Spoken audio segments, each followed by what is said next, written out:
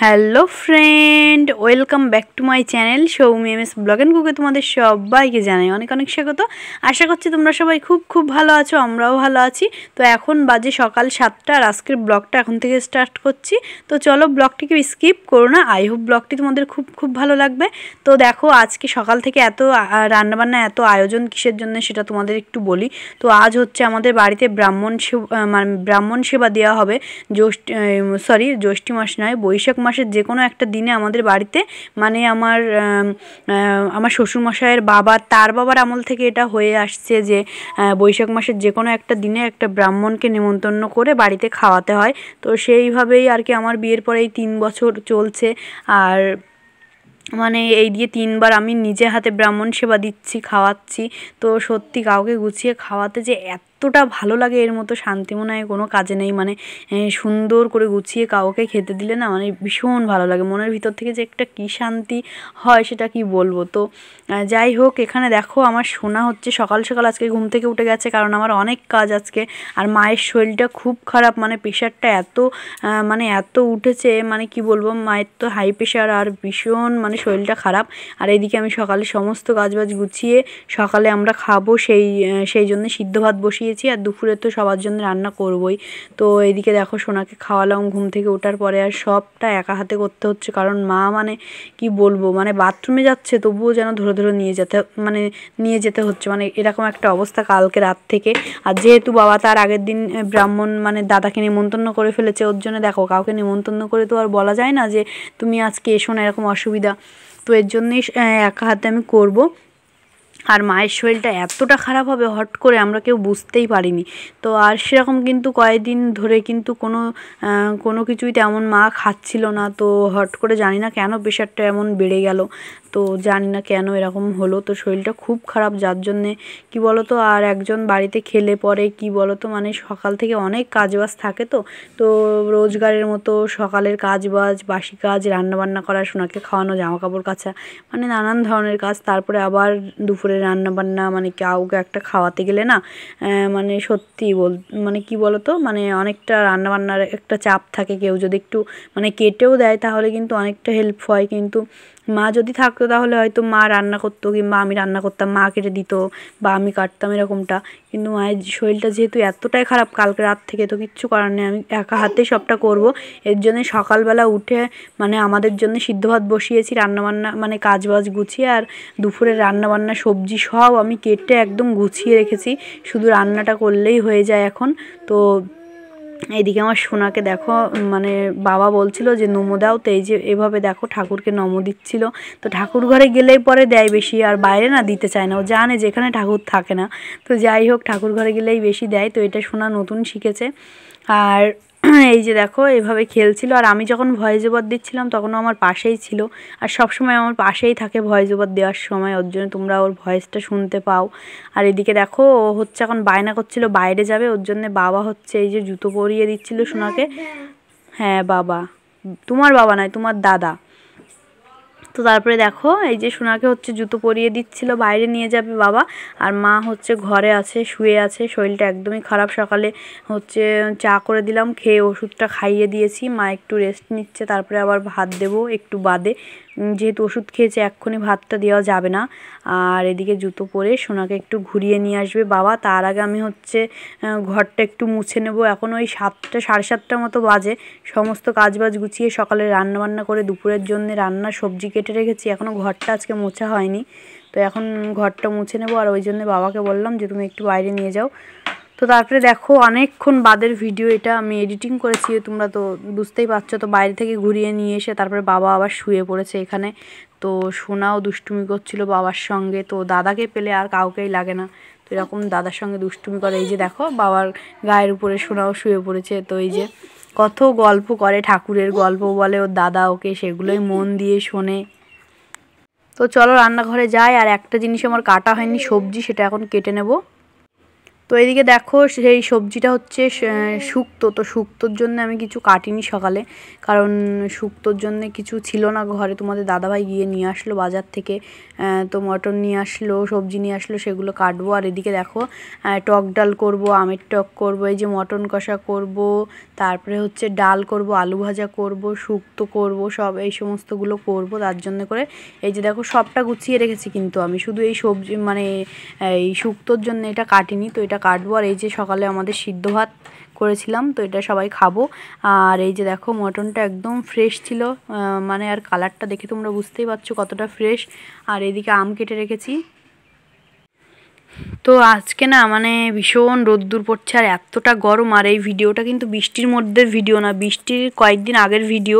আমার এডিটিং করতে প্রচুর দেরি হয়ে গেছে, কারণ মানে কি বলবো, ভীষণ পরিমাণে লেট হয়ে গেছে এডিটিং করতে। কারণ কি বলতো, বৃষ্টির কয়েকদিন ফোনে চার্জ থাকে না, কারেন্ট থাকে না, এখানে তার ছিঁড়ে গেছে, ওখানে তার ছিঁড়ে গেছে, ওর জন্য ভিডিওটা না পাবলিক করাই হচ্ছিল না। অনেক দিন ধরে তোমাদের সঙ্গে শেয়ার করব, করাই হচ্ছিল না। তো এটা হচ্ছে বৃষ্টির 2 দিন আগের ভিডিও। তো ব্রাহ্মণ যেদিন মানে দাদা যেদিন আমাদের বাড়িতে নিমন্ত্রণ ছিল দাদার, সেই দিন। তো বৃষ্টির 2 দিন আগে ছিল। তো বৃষ্টির মধ্যে আবার দিদিরাও এসছে, সেই ব্লগ তোমাদের সঙ্গে শেয়ার করব আমি খুব তাড়াতাড়ি করে। তো এখানে দেখো তোমাদের সঙ্গে বলছিলাম যে মায়ের শরীরটা তো খারাপ নয়, তো এগুলোই বলছিলাম তোমাদের সঙ্গে। আর কি বলো তো, এত পরিমাণে হাওয়া হচ্ছিল, আমি পরে ভয়েস ওভার আবার দিয়েছি। তো চলো শুক্তোটা কেটে নিই।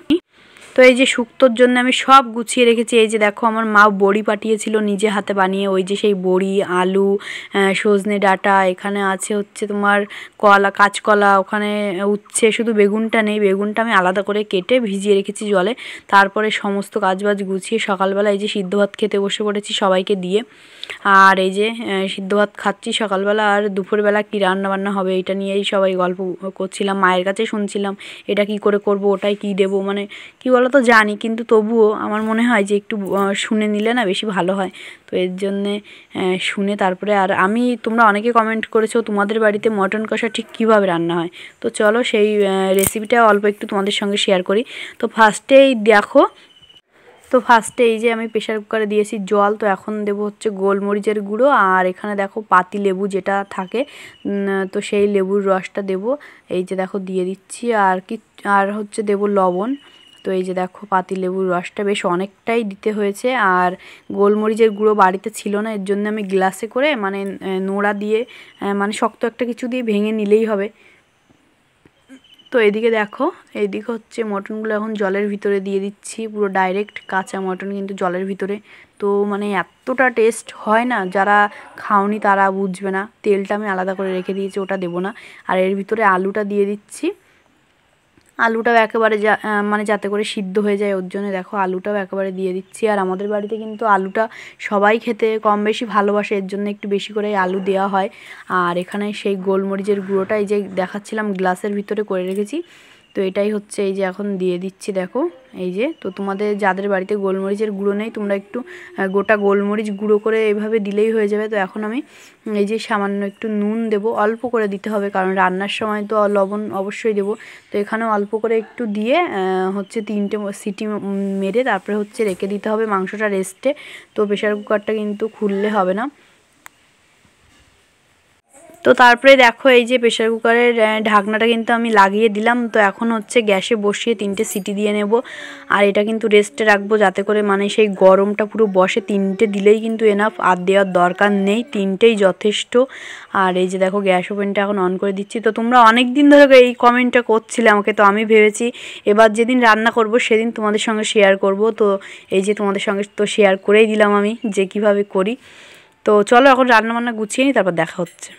তো এই যে দেখো এখানে আছে হচ্ছে শুক্তোটা করেছি, তারপরে হচ্ছে আলু ভাজা করেছি, তারপরে এখানে দেখো টক ডাল করেছি, তারপরে এদিকটায় আছে তোমার দাঁড়াও, এই যে দেখো টক ডালটা, তারপরে এইদিকে এই যে মটন কষাটা করেছি। তো সেই মটনটা কিন্তু তারপরে জল থেকে তুলে কষিয়ে ওই গরম জলটাই ঢেলে। তো তারপরে এই যে দেখো আমের টক, আর এই যে দাদার জন্য ভাতটা গুছিয়ে রেখেছিলাম।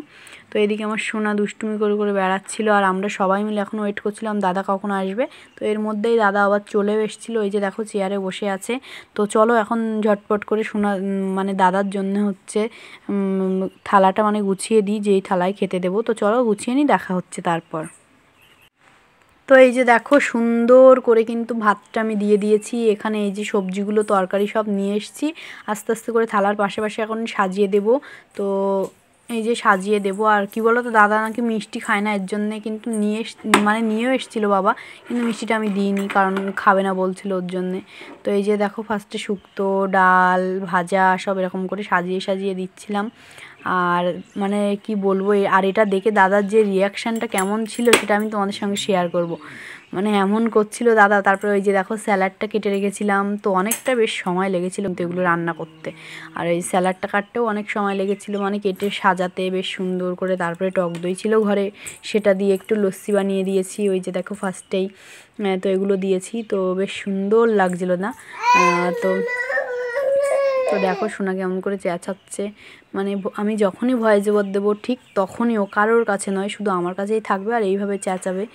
তো এই যে দেখো তারপরে 1 গ্লাস জল দিলাম, ব্যাস কমপ্লিট কিন্তু পুরো।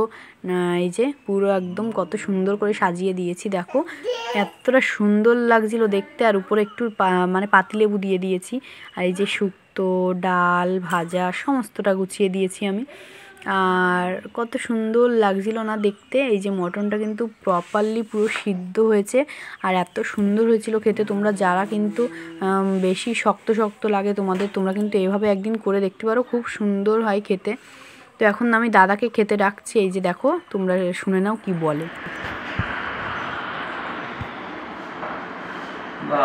এত কিছু, তো তোমরা তো শুনতেই পেলে যে দাদা কি বললো। আর ওই পাশে দেখো দাদাকে তো একা খেতে দেওয়া যায় না, তো ওর জন্য বাবাকেও ডেকেছি ওই পাশে খেতে দেবো বাবাকেও। তো বাবাও আসছে, মানে খেতে দেবো বাবাকে।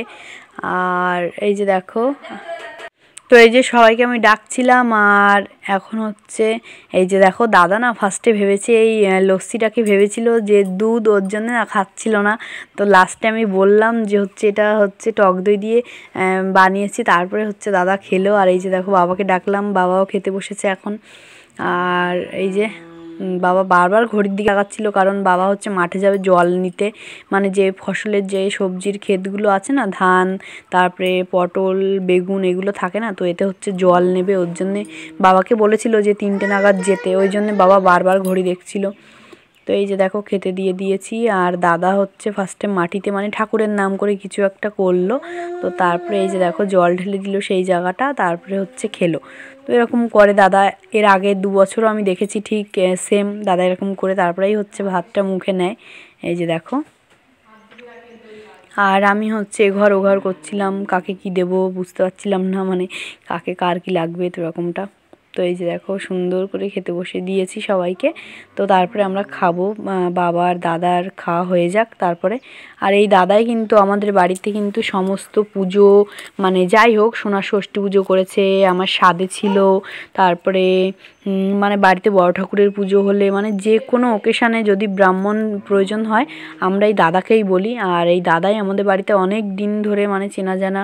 তো আমাদের এই বাজারেই সামনে আমাদের বিয়েও পড়িয়েছে এই দাদা, তো দিদিভাই বলছিল। তো এই যে দাদাই বিয়েটা পড়িয়েছে, মানে আব্বুতি পড়িয়েছিল দাদা, আমি ফটোতে দেখেছি। এই যে দেখো সোনা কি দুষ্টুমি করছিল আমার পাশে এসে। তো সোনা একটু দাদাকে ডাকো তো, ডাকো দাদা, দাদা একটু দিয়াকে ডাকো তো।